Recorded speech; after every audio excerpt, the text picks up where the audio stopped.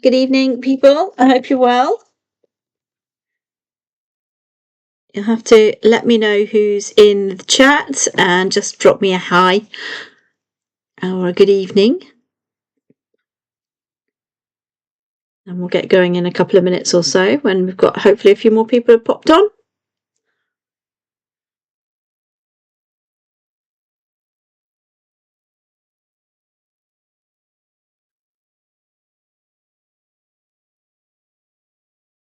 Hi, Terry. How are you? Hope you're well. Hi, is that you, Rosemary?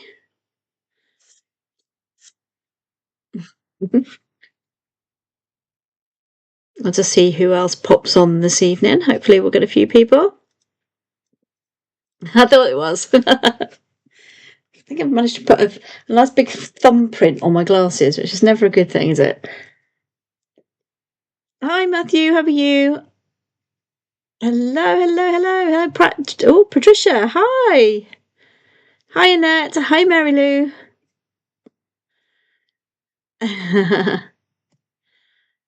Oh, she's my little cutie patootie is here somewhere. I think she's actually on the bed in the bedroom, out the way. She went for a bit of a run this afternoon, so she's quite tired now. Bless her. She likes to go for a bit of a kip. So I hope we're all really, really well and looking forward to today.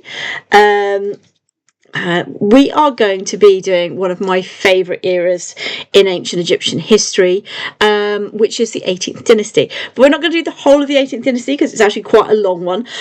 So we're only going to do part of it, okay? So I've got a bit of a slideshow for you to go through, so we can go through. That's a good part of healthy diet. That's very true. Just so you're all aware, full disclosure, there are some images of mummified remains within the PowerPoints and presentation. So if that's not something that you want to see, then maybe this isn't the tool for you. But if it is something that you're okay with, just to let you know, there will be pictures of the mummies of the pharaohs and people that we'll be talking about. So just so that you're absolutely aware. Okay. Hi, David and Wendy. How are you? Here with Daisy, 11, Winnie. Oh, bless. Oh, bless. We do love a good afternoon now, don't we? Just so you know, this tour is completely free, but if you would like to buy me a coffee at any time during the tour, please do visit the link that I've just put in the chat there for you.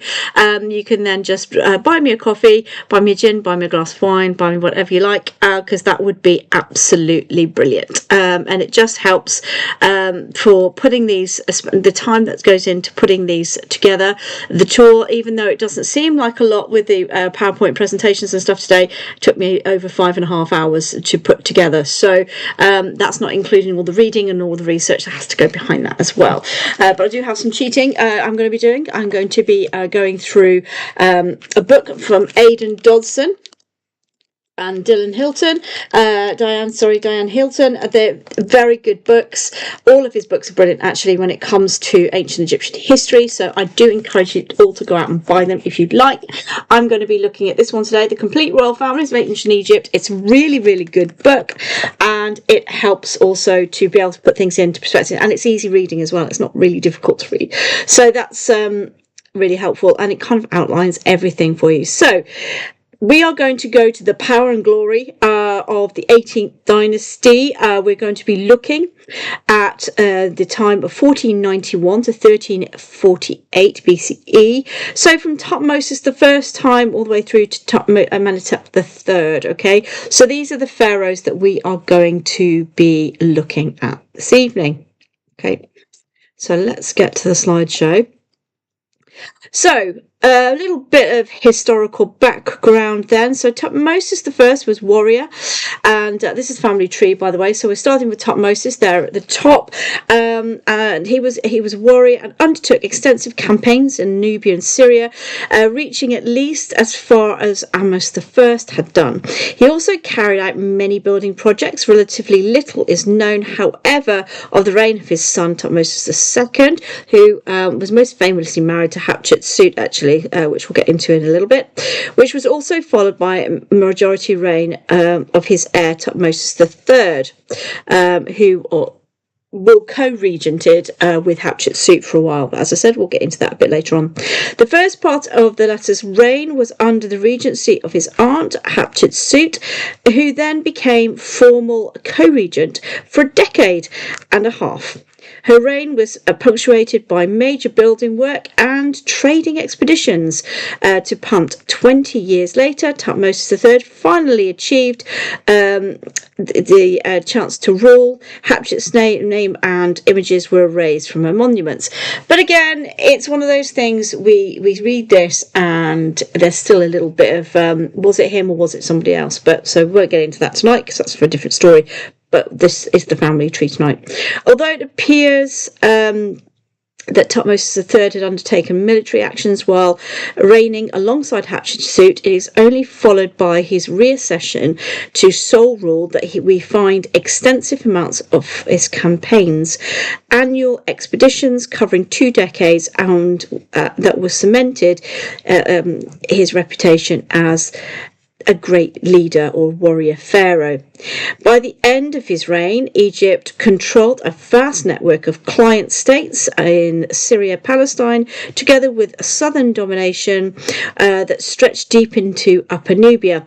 Tuthmosis III also built extensively large parts of the Temple of Karnak, being his work including a quarrying of the largest obelisk ever completed.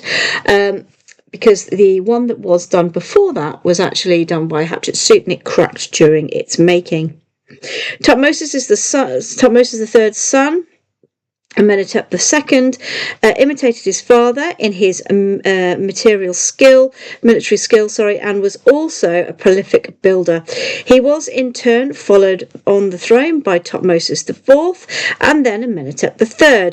Both of these kings appear to have consolidated Egyptian power rather than extending it, which is a shame, building on a large scale. This was particularly true of Amenhotep III, of whom only one military expedition into Nubia is recorded. His reign is generally regarded as a cultural high point in the New Kingdom, as well as sowing the seeds for perhaps the most remarkable episode in Egyptian history. Well, we say that, but that was the start of the Amarna period. Okay, so of those of you that know Akhenaten, Amenhotep III was his father. So the royal family then. The principal wife of Amenhotep II is known for multiple monuments to be Amos B. Her relationship remains uncertain depending on whether her title of king's sister applies to her husband or to her predecessor, whether her title of predecessor of his. So as you can see from the chart here, I didn't put Tuthmosis the first wife in because it's very difficult to find photos of the wives as well as the pharaohs. I mean, the most famous ones, you can always find those, but it's very difficult to actually find that of the actual pharaohs' wives themselves. So Tuthmosis I then, he reigned between 9 to 13 years. He had 2 tombs, KV 20 and KV 38. KV means a king's valley, so the valley of the kings, and his mummy was found in the royal cachet of Dah al-Bahri. Okay, so that was a very famous cachet of mummies that was found, where it seemed like during pharaonic history, all the royal mummies were moved from their tombs, or as many as they could find, were moved from the royal tombs and placed into this cachet, and they were kept safe for quite a long time. Basically, if you're looking at Hatshepsut's mortuary temple, if you look over to the left of that temple, there's a little sticky out plateau-y bit, and right in the very back of there, in the corner, is where they found the cachet of mummies. Oh, so sad that you've got to go. We'll hope to see you again next time. So, her relationships remains uncertain, depending on whether her title I've just been through that, sorry.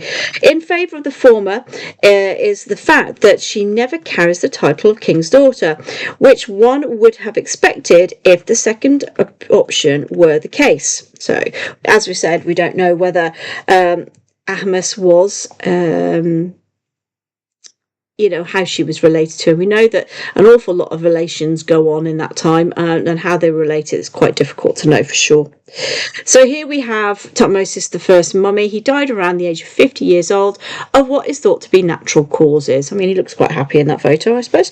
And this is when we have the entrance of Tutmosis II come in. So Tutmosis again, Tutmosis II. There are a few statues of him around. There's a really nice one actually in the museum in Turin, quite a big one actually before the Sekhmet statues that I found of him. But there's not an awful lot that you can find. His tomb hasn't actually been found, or I should say, more to the point, it hasn't been officially stated that it is his tomb, because his cartouche hasn't been found in any of them. What I mean by cartouche is the little oval nameplate that has the name of the pharaoh. We haven't really found one of those yet. So as we say, the successor was Tutmosis II. Is confirmed as a direct heir in the tomb autobiography of the official Inini. Tutmosis II also dedicated a statue now in Turin to his father. It's called his father, Tutmosis I. He was, however, the offspring of Mut-Neferet, who is represented alongside her son on at least 2 monuments. From her titles, she was a lady, was the daughter of the king. Given the lack of known offspring of Amenhotep I, it is probably that she may have been a child of Ahmes I. So again, we've got this bit of incestuousness going on, don't we? They always marry within their families because it keeps the bloodline pure, as they like to imagine. So this is why we have them marrying brothers, sisters, daughters. It's all a bit worrisome, isn't it? But also, Tutmosis II, he married Hatshepsut. Hatshepsut we know is one of the most famous female pharaohs of the 18th dynasty, of all time actually. I mean, she only comes slightly below, I suppose, Cleopatra, because Cleopatra's story is still quite modern in today's society. So we tend to romanticize the story of Cleopatra over Hatshepsut, but actually Hatshepsut's story is way more interesting. Sounds terrible, doesn't it? I mean, I say way more interesting. This was a woman that tried to bring stability to her country. Her husband died quite early on. Her husband, it was one of his underwives had a son, so he was the one to take over. But Tutmosis III was still a child when his father died, so she had to become co-regent. Now, assuming she was the daughter of Tutmosis I, so she was his daughter, she knew an awful lot about strategy. He was a warrior pharaoh after all, so therefore she had a really good position. To be able, she was in a very good position, I should say, to be able to take over, because she was clever enough to have studied under her father and take note. Also, she comes from a very good lineage of very strong women, Ahmes I being one of them. Ahmes Nefertari is another one of them. Very, very famous, very, very strong women. So I'm not surprised that she did co-regent, and it would have been a very smart move for the Egyptians actually at that time, because as we know, Tutmosis III was still a child. It's supposed that she enlisted him into the army, where he then learnt a lot of the military strategy. If you believe all the stories that are out there, the negative ones about her, that is, she usurped the throne, took over for a long time, why she kept Tutmosis III in his place in the military. But then every time I go over this story, I'm a little bit like, well, if he was so angry at her for taking over and usurping the throne, he had the whole of the Egyptian army behind him. It doesn't matter how many court officials you have, you could have staged a coup to get your throne back. So I don't wholly believe actually that it wasn't peaceful between them. I think it was very harmonious. Tutmosis III did his thing. He enjoyed the warmongering, going off and expanding getting rid of all the rebels and the foreigners that they didn't want in the country out, the people that could have taken over and caused trouble, and they extended the borders of the country as well. So I think, to be honest, it was and it seems a very harmonious time as well, because a lot of land was gained, a lot of borders were extended, a lot of money came into the country, a lot of trade was done during that time.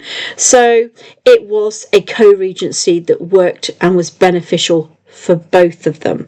So I don't wholly buy into this whole story that Hatshepsut was erased out of history because, Tutmosis III was angry that she had ruled for so long. Let's face it, if he was that mad, he wouldn't have married her daughter. But we'll get into that in a minute.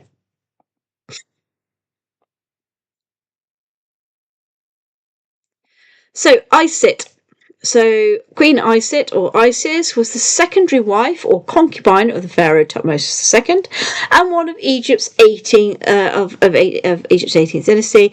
With his principal wife was his half sister Hatshepsut. Isis, or Isit, is historically significant as the mother of the successor of Tutmosis III. So, this is an image of her. A very nice little statue of her too, actually, I think. So before we go on any further, I know this can get a little bit complicated, and we will go back to the lineage line at the end of the tour. So has anyone got any questions they'd like to ask me before we go on any further? Because we're getting deep into it now. Any questions at all?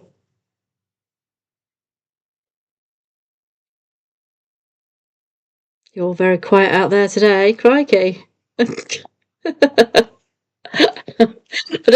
I never know if it's a good thing or a bad thing when you're all really, really quiet. It's just like, oh, are you still there? Is everybody enjoying themselves? What's happening? No, I shall carry on then. So, right. Oh, crikey, my backspace keeps going off on my computer. Bear with me a second. So it looks like I'm writing a chat, but I'm not. So let's go back to the slideshow then.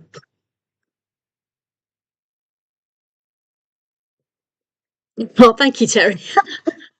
I'm sure many Egyptologists would go, what on earth, what dribble is she going on about? Because I do like to throw my own little theories into these lectures because, historical fact is great, but with with all of the, how can I put it?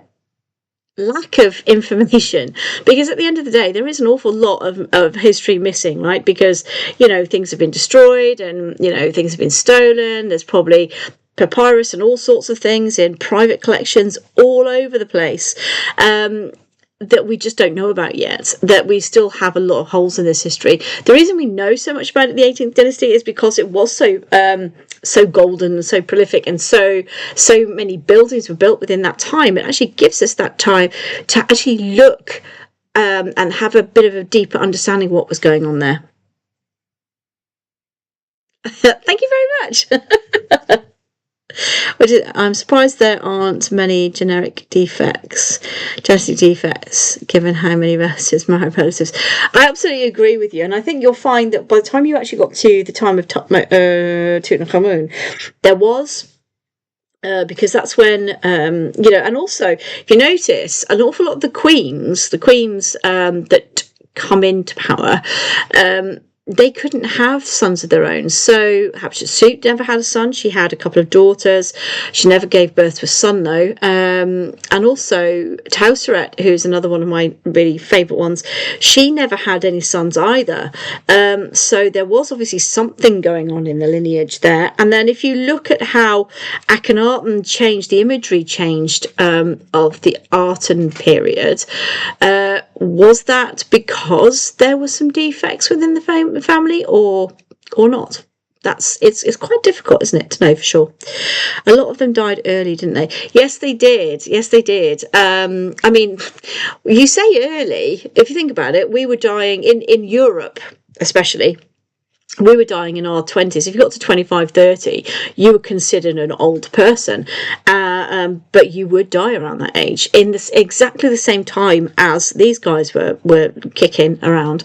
But most of them lived to their 50s, 50s, 60s, 70s. I mean, look at blimmin' Ramses II. I mean, he ruled for a very, very long time. He was a very old man when he finally kicked the bucket. So they were obviously doing something right back then. And we know that they had surgical procedures, and they were very good at replacing limbs. They did the first brain surgery, ever recorded brain surgery in Egypt. There was all sorts of things going on at that time. So, yeah, I think it is very fascinating. But yes, you're right. Some of these pharaohs did die quite young, some of them in their 40s, some of them in their early 50s, where some others lived for a lot longer. Case in point, Tutmosis II. Again, we're not quite sure why he died. Still, we're not 100% sure. I mean, because his mummy was hacked to pieces, which didn't help an awful lot. But as we can see, he had a lot of growths. Scarborous growths, lesions were found on his body as well as other bits and pieces.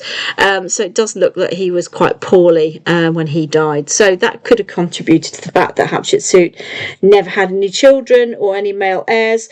And it could be why she took a lover to her bed, because, not getting pregnant and being, very gnarly scabs, and not being able to produce a male heir wouldn't have been, or an heir at all, would have made her very unpopular, shall we say. So in comes in Sennaut, so maybe all the children that Hatshepsut had, was actually from Sennaut and not actually from her husband Tutmosis II. There's another theory to throw into the ring there, because if he was so sickly and he did have all these different problems, was he fertile? I mean, that's the other question to ask, isn't it? Such cheery conversations we have on a Wednesday evening. Love it. I just love it.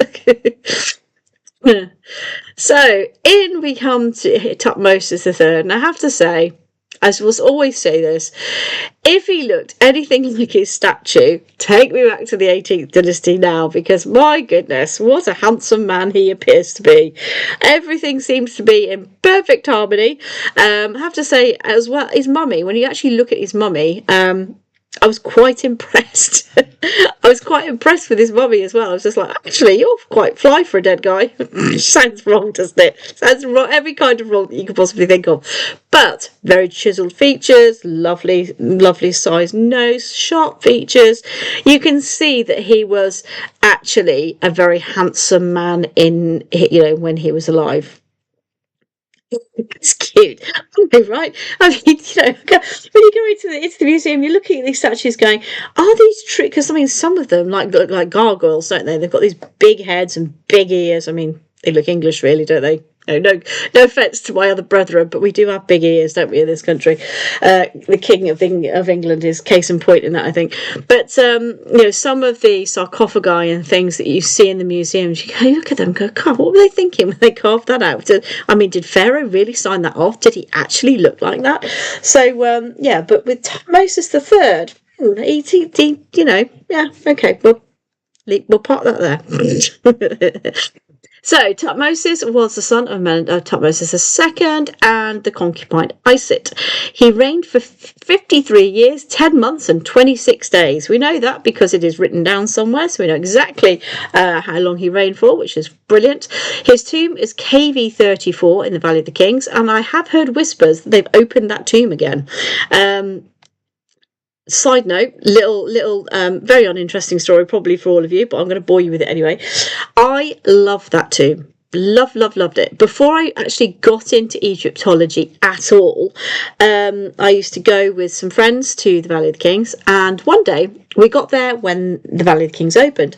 We went into the tomb of Tutmosis III, and it's on two...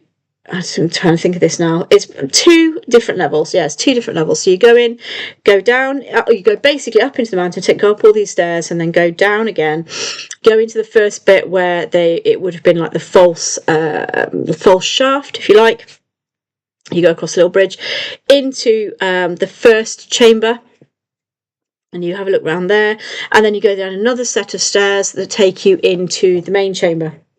And it's a very weird one, because literally it's like all these stick figures on the walls and everything. Very, very simply done, but also very fascinating, because they have every single book ever written for the afterlife in this tomb. I mean, everywhere.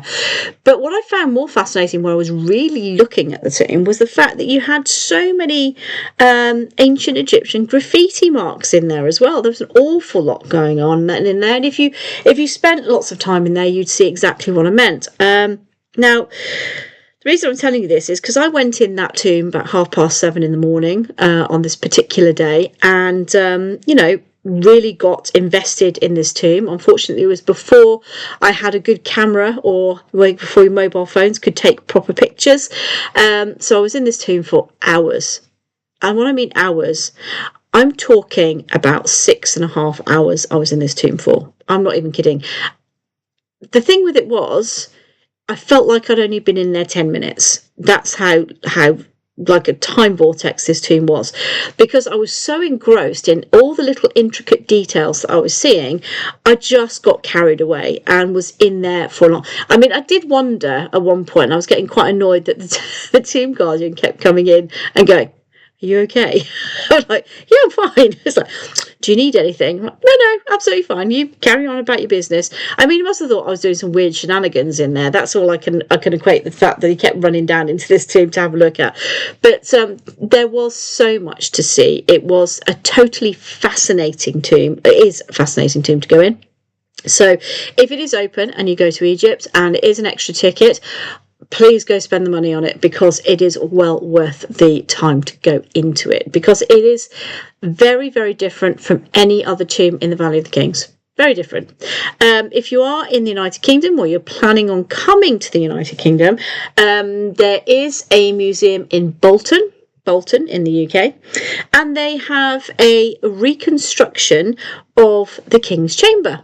So you can go in, and all the hieroglyphics and everything. It's been done very well, actually, I have to say. I was a bit stupid when I went there, and I forgot to take a video of it.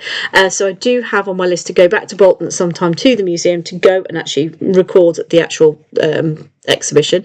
It was very good. Very, very, very small museum, but I have to say I was quite impressed with how they 3D imaged the actual King's Chamber, and you can go and have a look. So you can get a kind of taster of what you would see if you actually went to the Valley of the Kings. So I think that's quite good.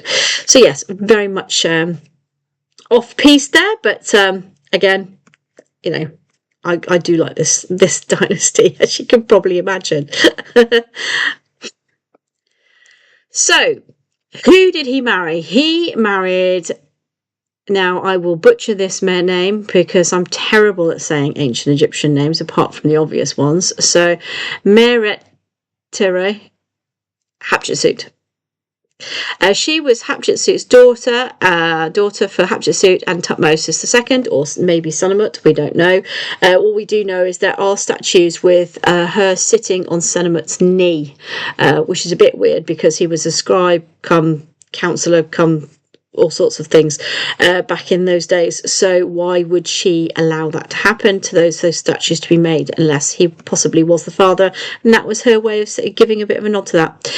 And she married Tutankhmun III again.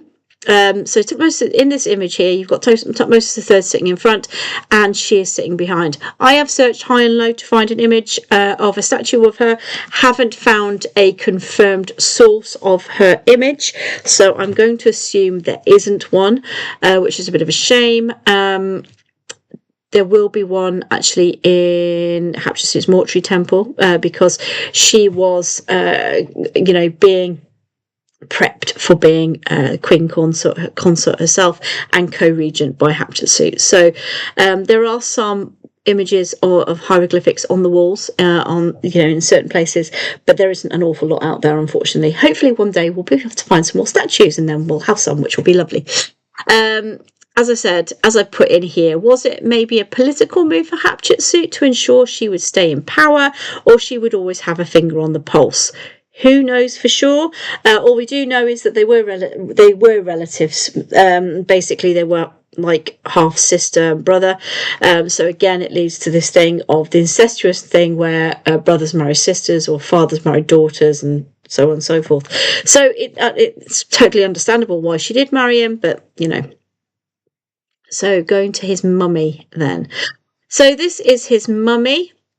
Again, I think this is his mummy. I've been searching all day. I could have sworn his nose looked better than that, but this is definitely from this time period. It's definitely the right time period. I've got a feeling I've got my mummies mixed up, and this is Rameses III. But anyway, high cheekbones. They're all from the same family. Very handsome gentleman. I will go back to Cairo one day and take some proper pictures. So Tutankhmun III died on March the 11th, 1425 BC, at the age of 56. He ruled for nearly 54 years. His reign is considered the golden age, with his death occurring during the time of immense wealth, stability, and territorial expansion of the Egyptian Empire. Yes, he did have all his teeth, and yes, he does have all his teeth. As I said, I mean, you know what? I would say most of the Egyptian kings and queens have all their teeth. Apart from the Hatshepsut one, because that's how they identified her mummy.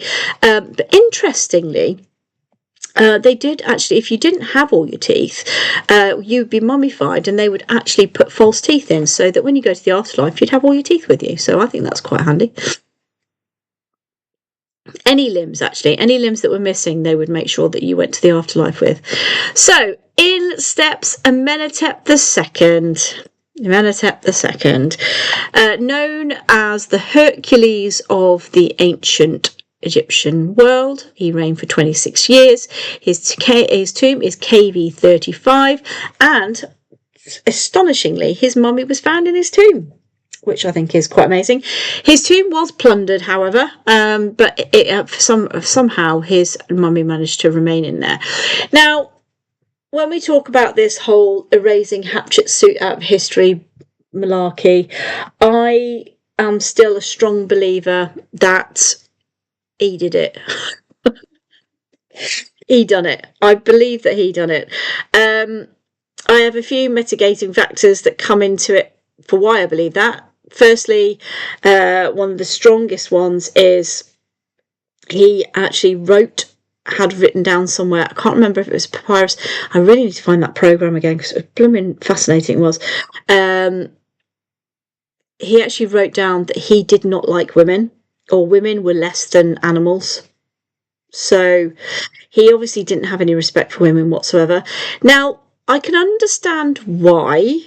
I do get it. He is following in the footsteps of some very powerful women, Hatshepsut being one of them, Ahmes Nefertari being another one of them, Teti Sheri being another one of them, and these women would have overshadowed his reign. Hello, Jenna Hammam. That, by the way, is my daughter, and I would just like to say she's just graduated from university, and I couldn't be more proud because she is amazing. So she is, who want we talk about? Amenhotep II. So he was documented in saying that he didn't like women. There was a spell put in one of the cornerstones of one of his temples. Of one of his temples, and it was a protection spell for Hatshepsut, actually. So it just goes to show that he really didn't like her. So I still think that he's the one responsible for the desecration of Hatshepsut's name and the fact that they tried to get rid of her. I do believe that quite wholeheartedly, and I can't wait to be proved right, because I'm 99.9% positive that that's exactly what was going on at this time, because he wasn't a very nice guy by all accounts. He was also a narcissist, and you can tell that by just his what's written about him. So he actually married Queen Tia. She only took over as Queen's consort after the death of Amenhotep II's mother. Okay. And she is the only wife that is mentioned. Now, interesting that, again, she wasn't allowed to do anything, and his mum kind of ruled the roost for quite a long time. So again, another strong woman, keeping control of the boys, making sure they don't step out of the line. So yeah, it does, doesn't it? So it does seem that she could have contributed to the fact that her mother's name was erased out of history. So it's possible. Yeah, she does look a little bit stern, doesn't she? Like a bit of a school mom. Maybe she was. Maybe that was the problem. Who knows?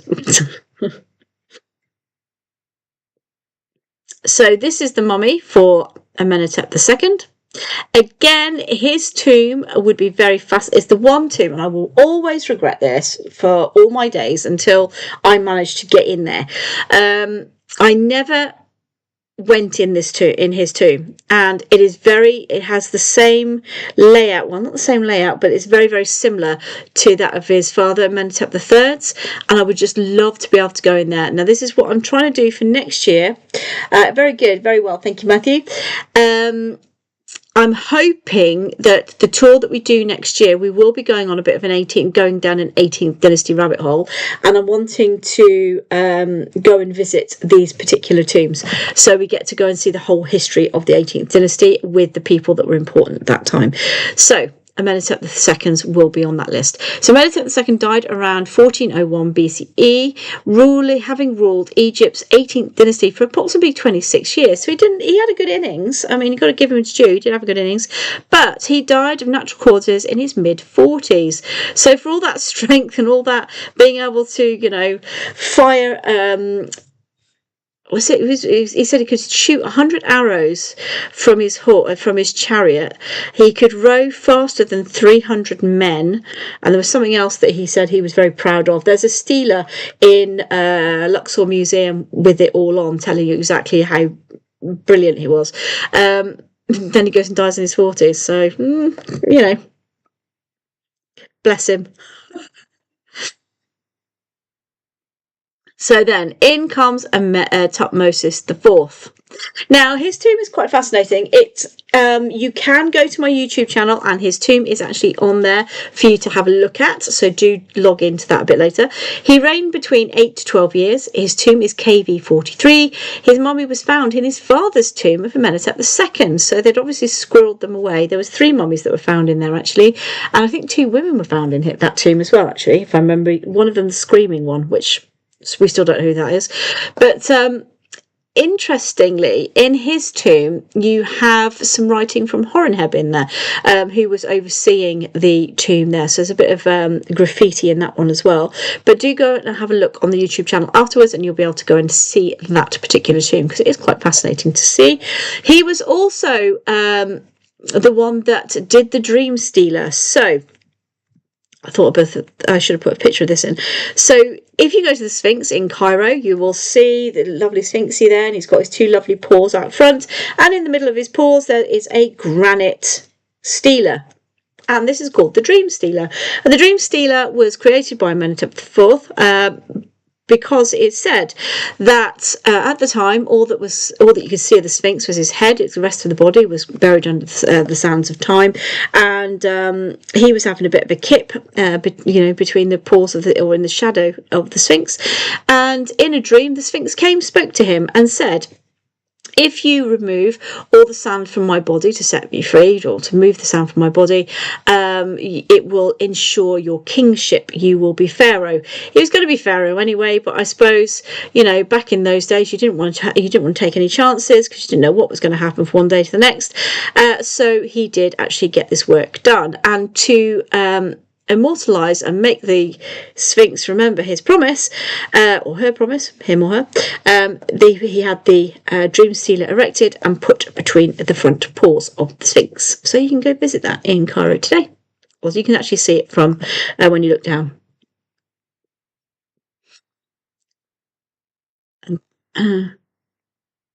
So Tutmosis IV's mummy, examinations of his mummified remains show severe physical, basically he was wasting away. quite frankly, he was wasting away, which strongly suggests he suffered from debilitating chronic condition or wasting disease in his final months of his life. Poor guy. His body showed no evidence of trauma or fatal injury. So again, we're going down the route of sickness, not being a very well person. So again, as we were discussing a bit earlier on, it can't be good. It cannot be good to have so much incest going on within the family. So maybe this is how it was coming out in their family. Because if you noticed, he's not the only one that's had something wrong with him. There's been something wrong with each and every one of them. Tutmosis II died early. Again, we're not quite sure why. But I would say that if we really did look into it, and if we could actually do a proper forensic examination of him, though you wouldn't be able to now because obviously they've taken all his inside organs out, there's only skin and bone left, you would find there was probably some illness related to it with him as well. And it does carry on into the Amarna period too. So, again, is this how this was coming out?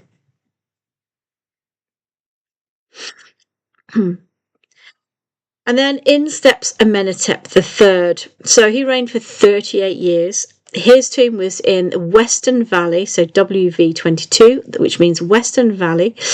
His tomb was found. His mummy was found again in the tomb of Amenhotep II. Now, this guy, if you've been on tour with me in Egypt, you will have done the walk to Memnon. So the Colossus of Memnon, those were built by him. That was part of his building projects.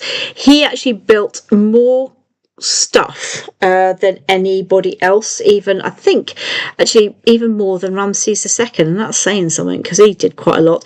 So when we went riding in Malkata, I'm sure you've all been galloping with me in Gazelle into the desert, he was responsible for Malkata because he built a lake there for his wife, who loved to go on a boat in and sail around the lake, and the palace that was there, that was his as well as many other different projects. One of the main projects that we found that he did is he had made hundreds and hundreds and hundreds of Sekhmet statues. So if you go to the Temple of Mut on the east bank of Luxor, we'll go in there, you will see lots of Sekhmet statues in there. And they were all done by him. And they were doing some digging in the Colossus of Memnon, which is on the west bank of the River Nile. And they actually found pieces that suggested that there were over 200 statues of Sekhmet, different statues of Sekhmet there as well. Now, why would he do that? What was going on? Now, we do know that there was kind of like a plague or something going on around that time of his reign. His son, Tutmosis V, was supposed to, or Prince Tutmosis, was supposed to take over, and not Akhenaten. Unfortunately, the prince died at a younger age, and we do know that him and his wife were sick. So Amenhotep II, III, and his wife, I think it's T, were sick as well. It could be that they were begging the goddess Sekhmet to get rid of the pestilence that was running through his people as well as his family, and to appease her because she was known as being a very vengeful goddess. She did have great healing powers as well. He had all of these statues made to try and appease her. That's the only thing that I can think of that why you would do that, because that's a massive, massive thing to do. So it was obviously not a very good time for him while he was in power. He was using an awful lot of the money that his grandfather had made, Tutmosis III, and Hatshepsut, his great step-grandmother, I suppose it would be, and spending all that money, not doing much military campaigning, not extending the borders or anything like that. It was also around this time that the Aten started to make an appearance.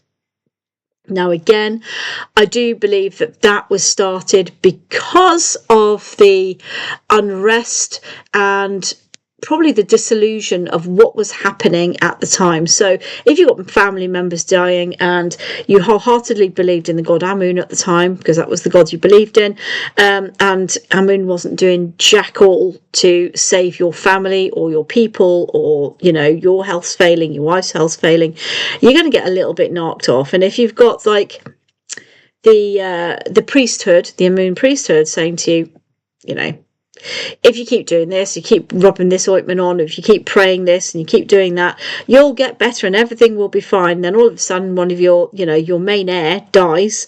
You're going to go, really? Really? So I do believe that they got a little bit disillusioned with the Amun priesthood.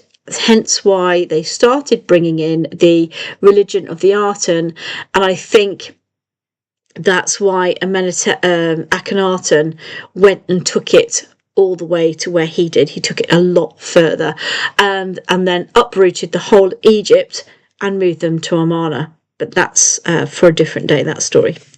So the whole of the 18th dynasty ends with Amenhotep III. The 19th dynasty starts with Akhenaten. So as you can see, we'll go back. Let's go back. Where's my little thingy gone? Let's go right back to here. So we started off. Oh, hold on. We started off with Tutmosis I. Then his wife was Ames, and they had then 2 children. So, well, they had more than that. There was an awful lot of children, actually, but I didn't want to get into all of those as well, because, you know, historically they weren't very important.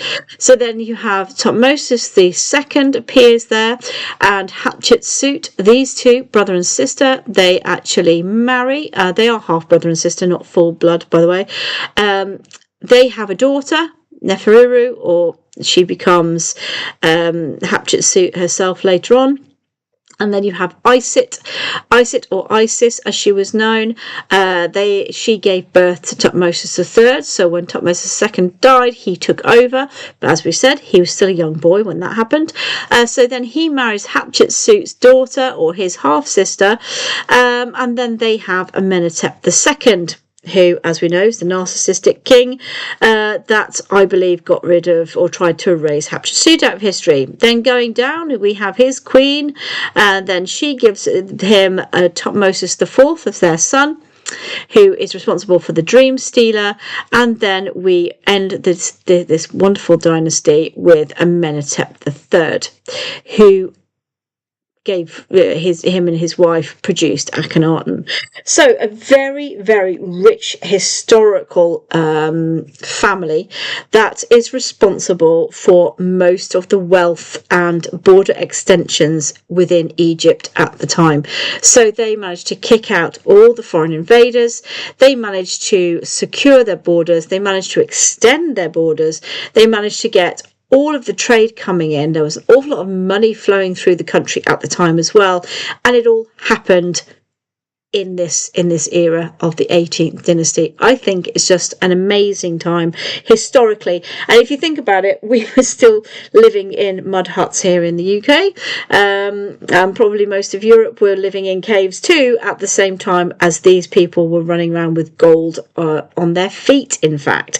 So an amazing part of history. So has anybody got any questions they would like to ask me about this family tree before we start wrapping the tour up tonight? Any questions? Anything at all?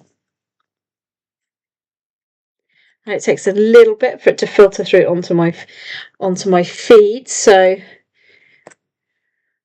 let me know if you have any questions. Anybody for anyone? Now, as I've said all through the tour as well, while you're thinking up questions or hopefully typing something, all these theories are my theories, and the ones that aren't factual. So do take what I say. I mean, it will give you some food for thought. So next time that you are looking in a museum, or you see, because there was a time when I was living in Egypt, actually, I was told that there was no evidence of Hatshepsut and Tutmosis co-regenting together. It was just her. He kicked him out, and da da da. And I'm like, well, if you really hated Tutmosis III so much, you'd probably do away with him. To be perfectly honest, not co-regent with him. I mean, that would have been silly, and you wouldn't put him in the army of all things. Also, too, there you go to the Red Chapel in Karnak Temple. You will find evidence of the co-regency on there, them standing side by side together. And in the Brighton Museum, right down south here in the UK, there is a bit of ostraca with them both co-regenting together. I haven't actually seen it in the flesh yet. It is on my to-do list, but unfortunately it's only open once a week, so it's very difficult for me to get to. But I will have it programmed in at some point to go and video for you. So that is it for me this evening, ladies and gentlemen. Thank you so much for coming tonight. I hope that you've had lots of fun watching this video. As I said, if you can, buy me a coffee. I will be exceedingly grateful. Just helps with the time that's spent and goes into these tours, and also helps me keep growing the channel and bringing more and more of these fascinating tours to you. So I hope you've enjoyed the tour as much as I have given it. There are more tours coming up as well. I will be putting some more on very, very soon. So if you go to the Buy Me a Coffee link that I've put in the chat there for you, you can see what tours are coming up next and what you've got to look forward to. I am doing a deep delve onto some other things. I have actually put on my YouTube channel the Cinemat video of his tomb, so do check that out as well. And I do have some other videos that I'm in the process of editing at the moment, ready to go live on the YouTube channel too, which is a couple of museums actually. So you'll love that, because I just love documenting museums, because, you know, half of us won't even get to see 1/10 of what's out there, and I really want to be able to go and see as much as I can while I still can. So that is it for me, ladies and gentlemen, for this evening. Thank you so much for coming with me. It's been my pleasure, as always, to bring these tours to you. I hope you've had as much fun as I have, and you know, you've learned a little bit of something, and I look forward to seeing you all next week. So next tour will be Wednesday next week, unless I put a pop-up one at some point, but until then, have a wonderful rest of your week. Do stay safe out there, take it easy, and I will see you all again very, very soon. But until next time, have a great weekend. Take care, everyone. Bye. Love to all. Bye for now. Jenna, if you're still there, love you, running. Bye.